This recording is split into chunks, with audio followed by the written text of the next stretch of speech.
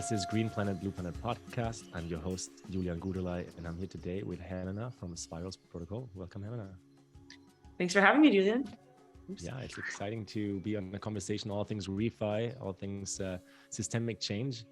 You just created another company, sold that company, and now you're building Spirals as a really like a way to make the blockchain a reality and take it out of the vision field, no?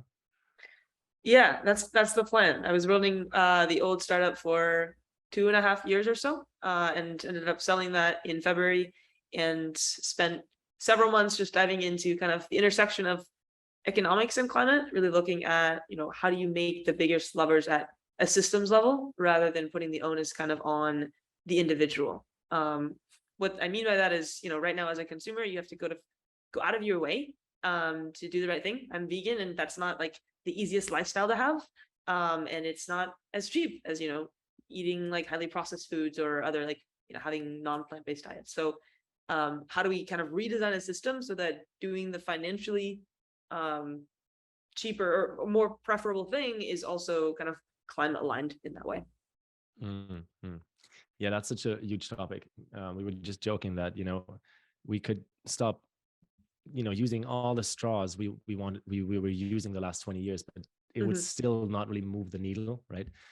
Plastic straws being an example of things we were really made aware of in the last few years. Yeah. But really there's such a bigger mess underneath all that if it doesn't change, like we'll just continue to be this exploitative species on the planet, right? As all of our economic incentives allow not just individuals, but mainly like industries to just treat the natural world as if it wasn't accounted for in the spreadsheet, which I mean, it isn't really accounted for in the spreadsheet in most cases. How do you see that changing, and why do you think, other than that we needed to change, why do you think it's actually going to change? I think it has to. If it doesn't, we're all screwed. So I'm going to optimistically believe that it'll have to change. And I think there's a lot of kind of movement into that space already. Like we're seeing signals of that change happening right now. More so in, regulated parts of the world, especially in Europe, where we have like cap and trade and stuff like that. But in the US, it's been incredible to watch like a non-regulated, entirely voluntary market move into making that shift. And this is mostly in like the carbon accounting space, where companies are realizing that, hey, they offset a certain amount, or they emitted a certain amount, and now they're trying to offset the bad. And the unit for a lot of this market is it's like a carbon ton, and that's been interesting. But in terms of why this is happening, it's driven by consumer demand. So people are pressuring these organizations to like do the right thing by the planet, and it's kind of incredible that like that's all happening in the voluntary market, and policy is just too slow right now. And the old excuse is that like, well, that's just the way that, money creates our reality, or they're just not good enough anymore. It feels like for a whole generation. No, there's like, we're realizing, just as you said, we would literally be screwed. We're killing the biosphere. And so we are the biosphere, really. We're an extension of it. So it's a must. Like, I mean, we've been exploring this on Green Planet, Blue Planet for a few years now. And it's really beautiful to see that there is an increase of people that are like deeply feeling that, understanding it, and then because of that, an influx of people that are using economic and sometimes also technological tools to really change things and like move the needles. So tell us a little bit about Spirals and like what you're actually in the process of building, and how it's going to really allow a regenerative marketplace or a regenerative way of operating to become true. Yeah, so I guess the first thing is, I think, defining what is regenerative. So, right now we're in a system that's extractive. You used the word exploitative before, which I think is like a great description of it. We're taking natural resources, they're not properly priced into the system, and shoving them to the sides as we like strip out all the value and return it to shareholders. In a regenerative system, like all of the things on the side are embedded into the cost of the system. And that allows us to like truly price things. What we're building is kind of at the rails of this economy such that pieces are priced in. And the pricing the pieces in means we have to somehow figure out what their value is, which is hard to say, right? You have to figure out how do you attribute some kind of value to a natural resource, which feels kind of wrong-ish if you're like a nature lover. You're like, how much value do I put behind like protecting this land because it's sacred? But in order to fit that into like our economy, that kind of has to happen, which is interesting. So that's a whole other debate we can have down the line if we want to. But so the idea is, how do we like tokenize the true externalities of our system and embed them into the core infrastructure of our economy? And I think the world I'm in right now, I kind of view a lot of the economic activity moving on blockchain. And if the future economy is built on chain, we want the rails of this new economy to be regenerative by default, by design. So we want to build these systems into the infrastructure of a blockchain. And a blockchain is made up of a bunch of different computer nodes. These computer nodes exist in order to make money. They're like money machines. They sign blocks and they get block rewards. What we do is we take those block rewards and we spend them on climate projects. That's unique from all the other machines that operate for profit. So we take block rewards, which is like in the currency of the network, which it's like Celo or Solana or ETH, buy up tokenized carbon credits and then put those in our treasury. And that means that as the network is used, some of the gas fees, some of the inflation, all of that's directly going and doing good. And the end person, you know, who's sending a token from one wallet to another doesn't have to do anything differently. They could just kind of use the product as they normally would. Beautiful. Well, I'm gonna jump in with, you know, to the kind of cut to the chase question. So that's all fair and good, right? And I follow the logic, and I think it's really part of the future is to create these rewards that bring flow back into natural, natural places that need us to include them into the systems. But like, let's be really real here. The governments and the economic power players that currently run both the federal money reserve as well as the IMF, they might not have that same interest, because like currently that exploitative way of running an economy really serves people, no? Not everyone, and not the natural world, but so how do you see kind of that missing link of, you know, changing our financial system, changing our economic system into a better system? How do you see that missing link connect, where some of the power players of the current world are just like voluntarily, benevolently on board? Voluntarily, benevolently on board.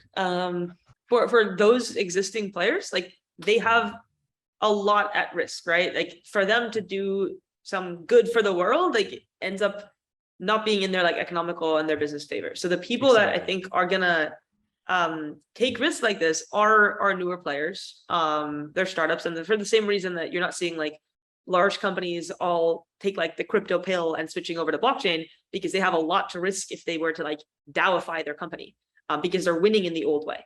I think the bet here is that the systems will all move on chain, and we don't need the old players. And that is one possibility. The other possibility is that we end up having policy that kind of forces them to go a certain direction. And I think that policy will come. And then the second part, I think beyond policy, is like players are recognizing that there is like actual significant economic impact on like not addressing the climate problem. There was like a recent report by McKinsey that was describing like half of like global GDP being dependent on like natural resources. And like, that's terrifying. And like, if we don't address the problem, we literally can't continue. It will kind of stop things. and I think people are starting to recognize that. And there is like economic justification for kind of doing the right thing for the planet. It's just about making sure that everybody kind of plays by the same rules. I love your optimism. I feel you and I hear you. I just, you know, in today's conversation, my role is to also ask some, you know, like devil's advocate kind of questions, because I see this more beautiful world that I really truly believe many of our hearts are connected to. And the vision of it is to include the natural world into the way we do economy, right? Because like, quite frankly, like, as you said, the sacredness of a place currently has no value in our economic systems. And so we just exploit it rather than preserve it, protect it, or allow it to regenerate by itself. But I just really think the power of the people that you're describing there is the piece that really needs to move, rather than just, saying no to using a plastic straw, really demanding systems that include the natural world. And so what's your play, and what's Spiral's kind of mission with that, to bring more people on board to make this like more like a movement than just a business? I mean, I think you nailed it, right? Like, I think changes like this happen with a movement, and with value change. So as more and more people care about the planet and protecting it, more and more people will seek alternatives.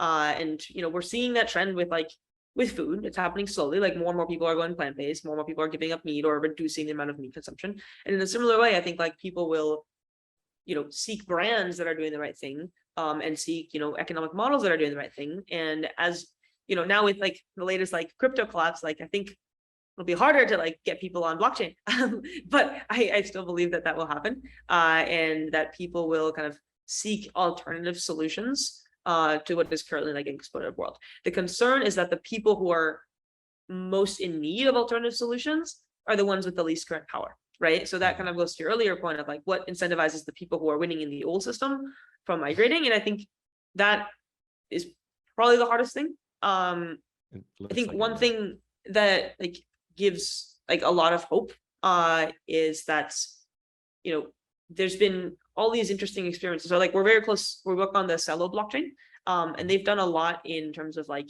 UBI and various like experiments around the world. And even just introducing a stable currency that's limited to like a microcosm or some community, suddenly they're able to operate and function and pull themselves out of poverty. And like that itself is kind of magical, that we can uplift communities that weren't able to kind of progress just by giving everybody like minting literally a new coin so that they have a way of doing trade, right?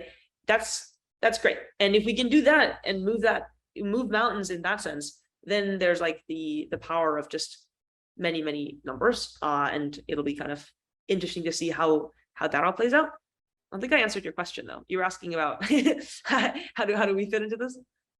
Well, I would just love to know a few more details about how Spirals is really seeing these steps, because what I'm hearing you say is there is a vision, then there's a necessity and an incoming kind of timeline where this vision is most likely going to become a reality on the planet. I mean, the whole world has been wondering what are we going to do about ongoing pollution, and a lot of the world has been thinking about what are alternative models that support decentralized solutions, right?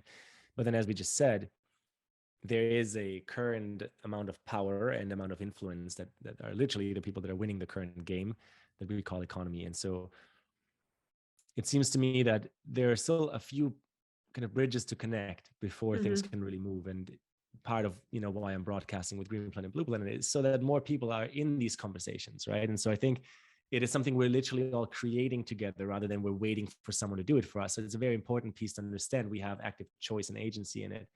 And because of that, I'd love to understand like what is, other than the kind of systemic understanding that you just explained, and Spirals has like a really beautiful setup. What is, let's maybe go to the values. Like, what are the values that Spirals really wants to bring into this this ReFi space? We want to create a way for people to vote directly on public goods. And that, is a few steps away from what we're doing now in terms of climate. But by working at like the core infrastructure layer and kind of managing essentially where the inflation of a network goes, it's as if we're a government that gets to decide on what to do with government like bonds, right? So in the regular economy right now, like let's look at the US, for example, you can put your money, you can buy US bonds. You pretty much lock up your money for a few days or for a few months, few years, and you get returns on that. The government is doing a lot of stuff behind the scenes, like, military spending or paying off their debts and stuff that you maybe don't align with. And in our system, we can design in a way where you get to vote directly on where those public goods are spent. And the climate use case is one like mini version of that. We end up having a kind of board of scientific committee that everybody who's staking with our validator can help elect, and they get to vote on what climate projects we fund. And this is like a model for a new form of like decentralized governance, essentially. And if people in a protected way can vote directly on the public goods they want to support, now we're building a value-based economy where you get to vote on how your network is spending yield and what's getting allocated. I think one of the most exciting things about building on the rails of blockchain is that there's a lot of new like funding mechanisms and governance mechanisms. Everything from like, quadratic voting and quadratic funding, if you're familiar with like the Gitcoin world. Well, you can help us unpack it a little bit, because I don't think everyone is familiar with it. So this is very exciting, and that is the conversation I wanted to lead us more into, because what we're seeing is that there is an old world that will possibly continuously hold against that change, right? Because again, there is an investment of power that is currently real on the planet, and then there is the ingenuity of many tens of thousands of people like yourself that are actively looking how to replace the federal banks so that we can create like value aligned economies, but also governance. And so I think it's going to happen. I believe in it too. I'm super optimistic about it, but the push and pull between the old world, new world, I think is probably the most exciting threshold piece, because no one knows how it's going to unfold. And likely we're building it rather than we're waiting for it, meaning like we have to continuously run experiments. So please help us understand the space even better. Yeah, I think that's just it. Like, it is this push and pull between the two worlds, and it'll be like a slow progression, and then eventually something will happen, some kind of inflection point where maybe the majority of people have the majority of their personal wealth on chain, right? And that's when things really start moving. And in terms of some of the things I like name dropped before, like what is quadratic funding, what is quadratic voting, there are new ways of thinking about how like holding wealth should influence your power in a community. Quadratic funding, I think, is a really interesting concept that we've now been kind of experimenting as we launched our own kind of grant on Gitcoin. And the gist of it, or the goal essentially of quadratic funding, is to allow people who have less money to have more impact, or more relative impact than they would in a system that had a like $1 to 1 vote ratio. So quadratic comes from some kind of fancy math where you take like the square root or something like that. But the point is let me compare it with like match pool. So or in our case in particular. So we have a grant up for like a climate project. There is a climate match pool of 500,000. Any project can, once they're accepted into this match pool, can get donations or grants to their project matched by this match pool. But a $1 donation is matched by like, let's say $100. And then a $100 donation is only matched by an additional $150. So you'll notice that the bigger the lump sum is, the less the matching like multiplier ends up being. And that means that, even the little guys essentially have voting power. In a similar way, quadratic voting is for making kind of governance decisions. And it protects people that maybe have, less voting power because it still allows them to voice themselves in a community. So in like another way of saying it, the idea of quadrality or quadratic voting or economy in that sense is a more contextual relational field than the straight up hierarchy of dollar power or lobby power would be, right? Which is the world we definitely live in right now. I mean, anyone who's done any form of research in how the United Nations spends their money and who are funders and donors of that, I mean, it's a pretty big headache, actually. There's, knowing many people personally, there's thousands of really well-meaning people that work in institutions that are possibly never going to really change the needle on any of these topics, even though they have really beautiful goals, right? It's just that the system behind it doesn't allow for the more quadratic or like multidimensional contextual axis. It's a clearly hierarchical axis, and so that's just going to cost more people more time and life energy than anything else. 100%. Yeah. And I think like the state that we're in right now is super early for all these things. So like it's like we're all running like a massive experiment, and all the optimists in the world are trying to figure out what is a better way of governing. It's really interesting and like kind of like a magical space to be building in, because a lot of people believe that there exists like a better format, which may or may not be true. I like to believe that there is. And what I think is exciting is that the pace of innovating on policy and governance is now at the same pace that we've seen with like other like software and tech. Right. In the past, the only way that we've been iterating on governance is, I don't know, like every 100 or like 150 years, we have some kind of like, civil war, and then we have a new government and like we try some new things. But now we're doing this every month, right? Like some kind of like DAO explodes, they try a thing. It's like, okay, that didn't work. Let's try the next thing. And we can finally iterate on policy and governance. And that's kind of wonderful. And there's an exciting element to it too, right? Where you can see some of the larger power players, governments and oligarchs alike, they might be pushing against it, but some other smaller players in the old hierarchy, like let's say the country of Estonia, or other areas that are traditionally limited because of their resources and their access to playing the geopolitical money game, they might have an interest to support these projects. And so suddenly it's like a mix of initiatives, and as you said, like optimists who believe in our ability to change things. I mean, this is a very, very fundamental piece to regeneration. Is when people ask me what I define regeneration, it for me it's a principle of life. It's a part of how the natural world moves. And so that usually brings me in my mind right away to all of the economic games we play. We've invented them. And that 20 years ago, few people would have wanted to have that conversation. Today, it's like anyone under 30 is like, yeah, for sure, we invented them. So can we do better games? Let's build a better game. The jump to that understanding is quite simple and fast now. And as we've seen the internet explode and social media come in, and now web 3.0 like kind of knocking on everyone's door, I do want to make sure we mention this. There's also a huge danger now, because if we continue to let people hierarchically demand who is a player or has the right social credit to be a player, then we also, in the worst case, could enter a time of like increased censorship and just tyranny to the worst extreme. This is like the danger, I believe, that's still out there, even with the cryptos and blockchain solutions. If it's in the hand of a few, it won't actually unfold the potential of being truly decentral.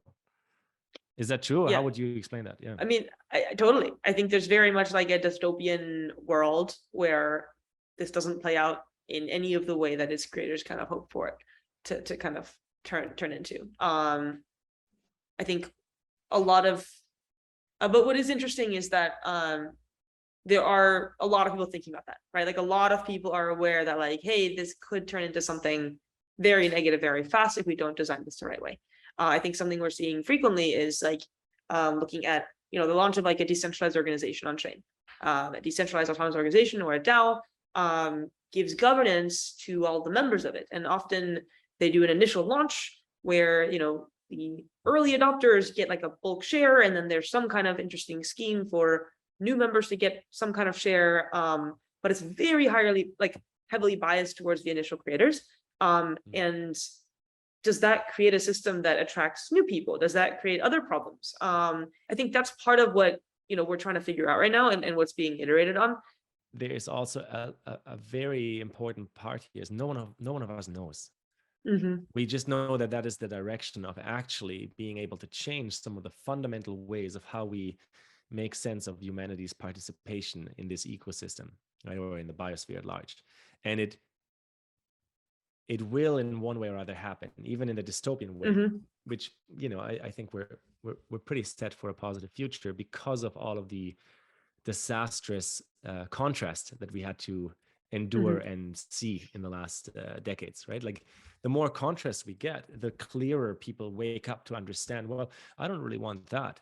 And so we're in that time right now. And in that time, a lot is still really possible. And, everyone tuning into this episode is going to get inspired in their own way and then kind of take their own individual next step, which is part of decentralization, or, governing through DAOs. Is that like, we're not going to sit around and wait till someone tells us what to do. It's like, we're all doing it. Yeah. Everyone's like off to the races. I think one interesting thing I think about a lot is that all of this, like, internet native money and blockchain currencies, like, they're essentially like signaling our values, right? So they end up being value-backed currencies, and maybe that value is like a tokenized natural asset. And we're deciding, hey, protecting land has inherent value. Now we're going to create like a natural asset-backed currency. But we can do that with any other value. And that's great, but also terrifying, because humans can't agree on values. And if we can't agree on values, we can't agree on what to trade, or we end up building the wrong value systems into our chain. So who gets to decide what ends up getting like what backs currencies? There's this really interesting book, if you / the audience hasn't read it, called Sacred Economics. This idea around, if you back a currency by something, that something grows in inherent value, or it grows in value and grows in demand. And that's a really exciting kind of concept itself. And something I think a lot about when we're in this like tokenized natural asset world. But the dystopian view of it is like, someone might have values that clash with mine, and what does one do with that? So it ends up just being very dependent on people, and people are very irrational. At the core of it, we have free will. We're not to be controlled. Mhm. Just that we've built systems to control each other, because it seems to be one of our shadowy expressions to continue to try to make sure we know what others do. By the way, in the meantime, I looked up the chapter. It's chapter 9, The Story of Value in Sacred Economics by Charles Eisenstein. And he was actually on the show a few years ago. Really, really interesting for anyone who's not read it yet to dive into Sacred Economics, or Charles's one of his many other books, The More Beautiful World Our Hearts Know Is Possible. Because this is the thing, right? There is this sentiment, this feeling, this emotionality where we kind of know it's all possible, but it's only since we keep playing in an infrastructure in a society that already runs by specific rules that we keep defaulting to those rules. And so these islands of coherence, or islands of sanity that try different things, like little groups that run a new DAO and test out if this went well or wrong, I think are essential. They're fundamental to figuring this out, because no one knows the exact answer. We can just intuit the direction we're going in. Now, some people might maybe rationalize or argue that then if you don't know where we're going, we shouldn't go there at all. But I think that's just, that's really counter to any of the deeper wisdom that exists on our planet. It's like, this is a planet of uncertainty. We just pretend that we can control everything and eat the resources until we, until this point. But really, it's a planet of uncertainty. Yeah, we know nothing. Then the more experiments we can run, the better, right? I think what ends up winning is who can do things faster, who can learn faster, who can build faster, who can run who can test theories faster, within protected realms. Like the move fast and break things doesn't work if you're building in healthcare. But I think within certain like realms of governance right now, it's like, go play and go test out new things. Mm-hmm. Well, without digressing into this particular rabbit hole, but I do think the pharmaceutical industry breaks a lot of things while it's testing out its effectiveness. But not to digress into that corner, there's lots of ways. Well, that's problematic. But it's a highly problematic topic. But Helena, I would love to ask about like some of your values, and I want to ask about trust specifically, because trust for me seems to be one of those really core values that allows us to move at a faster speed. Because when trust is present, things happen. When trust isn't present, usually nothing happens. And so trust is, Brené Brown tried to map it out, and it seems to be this like hyper complex understanding. What is it to you? What does trust look and feel like to you? I think I can speak to this on many levels. Like one is like purely from the technical, like the role of a validator is to kind of be trustless, the trustless system. And then I can also speak to it as like, leading a team. I think that one is more tangible and more interesting potentially. So to me, like trusting people I work with means we go into the ether, we do things, and we come back, and we're always excited to kind of hear what people have to say. I'm not, thinking about will other people do their work. It's just kind of expected that they will. And that's like a wonderful feeling. It's, it gives you the sense of, I don't even know how to say it, just like calmness in that everyone is kind of doing their part in moving the ship forward. And you don't have to worry. It's like a lack of worry, and it just feels like a warm hug. Yes, trust feels like a warm hug, and it's a lack of worry. I think the lack of worry is quite an interesting description. Like anyone listening, if you take a deep breath and you just, become present or aware of all the things that you're potentially worried about, imagine that not being there. Because you have friends, people, team members that got, future governments, not the current ones maybe, but that are like able to support you to say, no, you know what, like everyone's moving and shaking towards a world that I think the indigenous wisdom would be a world of right relationship, where we understand the relationship we're in, right? We understand the cyclical run of life. Like, if you exploit for 200 years, there will be consequences, Yeah. Thank you for that one. What about, you're also, you successfully launched a startup, sold it, had an exit, you're off to the next thing. What about the role of discomfort and just like understanding that sometimes we are uncomfortable? Like, how do you personally use that or leverage that? And like, how does that occur to you? The role of discomfort and like, yeah, I love discomfort, which might be an odd thing to say, but I think discomfort is, to me, like the feeling you have when you're maybe, well, you're uncomfortable by definition, but you're learning and you're growing, right? You're in a situation that you're unfamiliar with, and you don't know how to act. When you work through that, you'll have now a new experience, and the next time you're in a situation like that, you will be better and you'll be stronger. And I think there's, a lot of times I felt discomfort, whether it's, from like pushing yourself hard when you're like at the gym, like that means you're growing in like, a very physical way, but then also in like, discomfort in having hard conversations. And I think those hard conversations get easier and easier over time. And those are extremely important to build things like trust. I think that's like one of the things that, early on working with my first co-founder, that we wanted to work through. It's just like, how do we become the best communicators to build this level of trust where we can go and, operate separately and just know that we can come together and do anything. And through that, didn't really have discomfort there. But yeah, I like to put myself in uncomfortable situations. I think it's fun. It like makes you feel alive. It's like, oh, I wonder why this made me uncomfortable, or why I'm feeling kind of icky now. Let me dive into that and introspect. Wow, that's very real. And I like that you're saying this, because we specifically talked about discomfort, right? We didn't talk about like pain or trauma. And so there's more and more studies coming out too that really back up how you're saying this, that like true dopamine release happens when we go through discomfort or pain first, like an ice bath, right? You go into the cold water, it's pretty tough. Your whole system is pumping, and you're huffing and puffing your way through it, but then afterwards increased sustained dopamine because your body's like, oh wow, look, I can deal with things. I'm resilient. Yeah. And I think in a culture that you described earlier, that we want to live different ways of sense making, of monetary value exchange, or governance, we need this resilience. No? Yeah, there's a book that comes to mind called Anti-Fragile.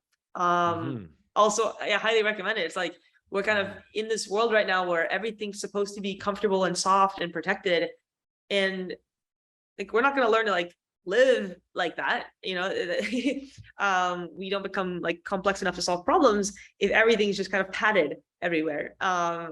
It's always interesting to kind of compare people who are raised by like American parents versus my parents that gave us a lot of autonomy, and the amount of kind of like cushioning one gets in different cultures is very different growing up. And I grew up like, I don't know, running around climbing trees, and my parents came home later and they didn't really care what I did. I just kind of did my own thing.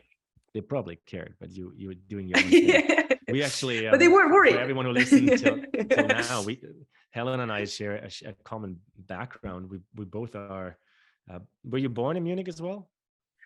No, I was living there though until I was 3.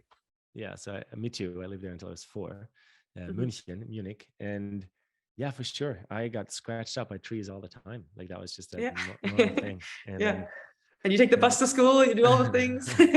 or you walk and find, like beautiful obstacle courses on the way and come back all like dirty and filthy. And it's just part of how, you learn. I totally hear that.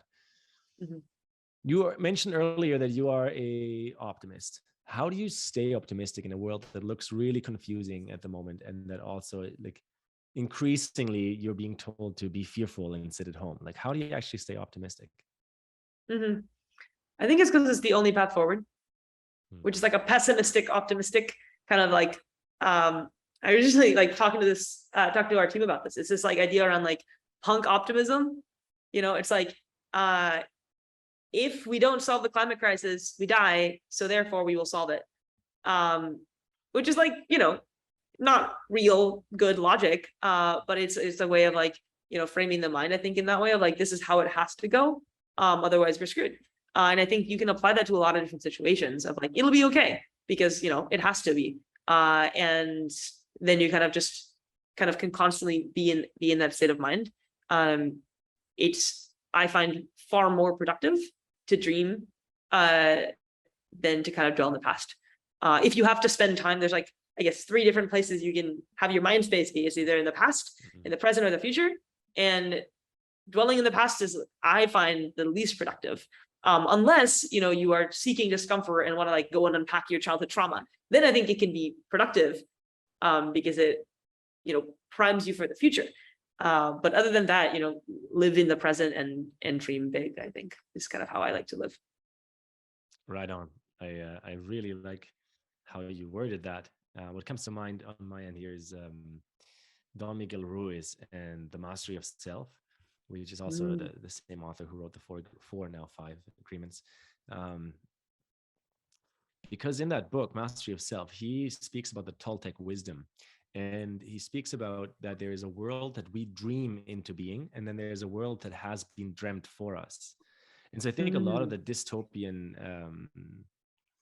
pathways on the way forward, a lot of the destructive scenarios, they are the world that's been dreamt for us on media, on movies, and whatever. And then us ourselves, like, you personally becoming an agent of the dream that you can dream, that your heart is dreaming, and embodying that's the path. Mm. I love that. So last question for you in that context then, like if we let our hearts go even a little bit more into the future, you just, mentioned the past, the present, the future, 7 generations into the future, we're like long ago ancestors at that point. What's your prayer, your wish, your dream for those 7 generations in the future? What do you know, what do you want to broadcast into the world about that? It's a big question.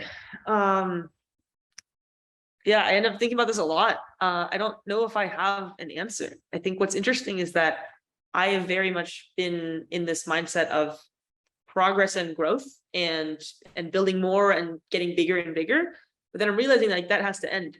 There's no bigger and bigger, and at some point it becomes regenerative and sustainable. And what does a world look like when we're kind of at peace, not progressing? Or what does progression look like, right? Like, does humanity turn into a system where like we try to seek more and more enlightenment? Like, is that the progress? Is it going to go shifting from like building up like buildings and infrastructure and making sure that food delivery is in like less than 15 minutes, to all of that being automated and us like only being able to progress and work on ourselves? That's the only thing I've kind of come up with, which is like, because everything will get automated. And I personally get a lot of pleasure out of solving problems and progressing things. And what happens when we maximize on that? And that's a big uncertainty. And I'm glad that maybe I won't be around then, because I think I would get very frustrated if I can't go solve a problem. I love problems. Well, I love solving problems more than I like having them. But I think that would be really hard for me. To TBD, to Yeah, be defined and TBD. experienced. um yeah, it's questionable if we will ever run out of things that don't need a a next step, or as you said, solving problems. So maybe you could be still around without being majorly frustrated. But I really appreciate your answer, Helena, and your way of thinking, seeing the world, and questing to understand, but to also create new pathways. So solutions, like solutions that come from a level of soul or a level of heart, and that actually, and I think this is fundamentally my personal belief, is recognizing that we as humans are part of the ecology, and all the systems we want to build, all of the economies we want to build, if they are not value aligned with the cyclical nature of the ecology, they will in one way or another be destructive. And we've gotten a big taste of that in our modern society. So thank you for walking the walk you're walking, and for doing the work you're doing. I love it. And thank you for doing the work you're doing. This has been incredibly fun. Awesome. Where can people find more of you if they want to get in touch, or you want to, research? I'm going to, of course, link out, to your last two projects as well. It's like a little call to action if you have one. Yeah, Twitter is probably the best. It's just my name, Helena Merk. And then on it, I link to a bunch of stuff. I like to tweet a lot about my thoughts and my findings, and always happy to engage in conversations. Right on. Thank you for being on the planet. Thank you.